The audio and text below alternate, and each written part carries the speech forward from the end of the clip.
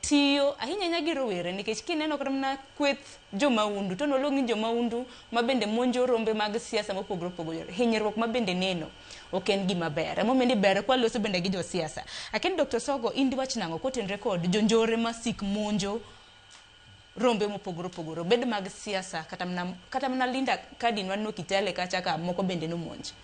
Namba chiel ada wacho ni nitiere tabu gi youths age bracket ma wan jotelo nyaka wa address.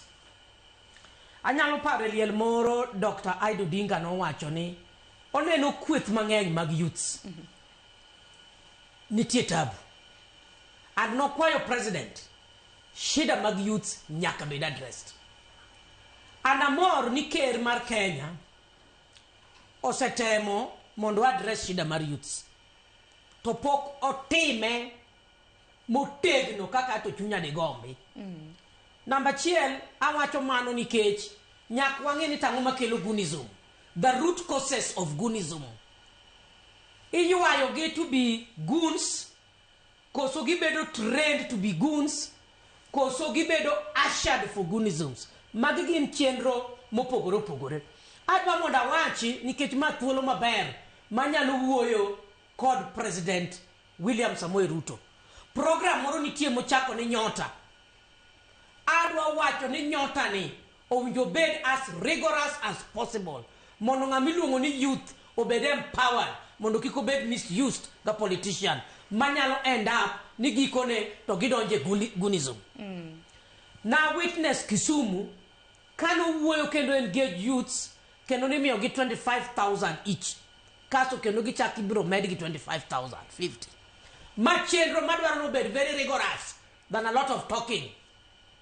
Number 2 nitiere age bracket manok yud Nyota gin outside there kikwa kawo ni nyithindo moko mabiro misuse ni goons ni ginogi this school. Some of them ki engage, they have masters, they have degrees, ok ni gite ok this school. Moko are from 4 dropouts, moko ben chi mano the university, they are just frustrated outside there nikech tije onge. Anyalo paro dire moko wawuoye privatization bill in parliament. Let our industries be revived. Mondo youths mani no mokni age bracket mar yudo Nyota gibed absorbed in various industries mondo gibed joma busy. Nikech population mar youths ma are not busy because gionge capital magilokogo, they don't have job employment. Nikech little jobs may be advertised, the white collar jobs. Seche moko they don't qualify, but they must earn a living. So miyogin idle. And seche magin idle, jotelo kaka wan seche moko misuse gi ok dwaro gi. Number 3, adwa wuoye kuom wan jotelo. Inang'o machuni ni nyaki beda gi goons. In fact, that term be right na nikech nyithindo ok onyal luongo ni goons. Nyithindwa, I want to use that term. I want to substitute it from the term goons. Nikech seche moko wan wamiyo gi bedo kamano. Ang'o machuna an Ben Soda mondo achok yawuoyi 50 mondo wuothe toka kato wang' godhiambo kamoro amiyo gi alufu samoro 2,000. Can that sustain their family? Can that sustain their lives? Kanto nwaneno dire moko kunde moko ok kata mana Kaluo kata mana Mount Kenya kata mana Kure. Samweno nka yuwuoyi nyithindo ma yuwuoyi nigi bete, nyithindo ma yuwuoyi nigi rungni. Wamiyo gi rungu nang'o? Dak wamigi employment.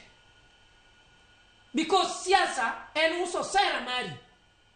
And sera mari and kaka project planner must be measurable and achievable. Sera mari output nyaka japiny ng'e. In kaka politician japiny nyaka penji. In kaka politician you must be answerable to japiny moyieri.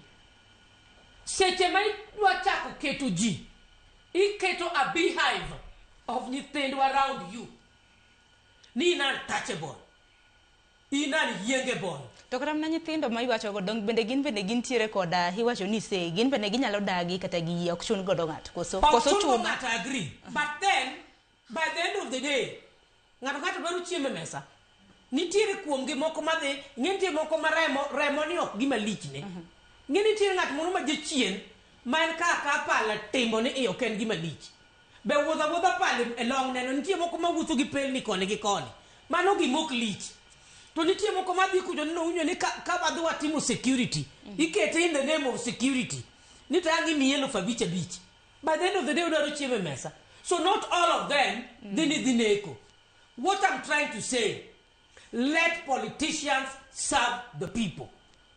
Let politicians not bring this country under turmoil.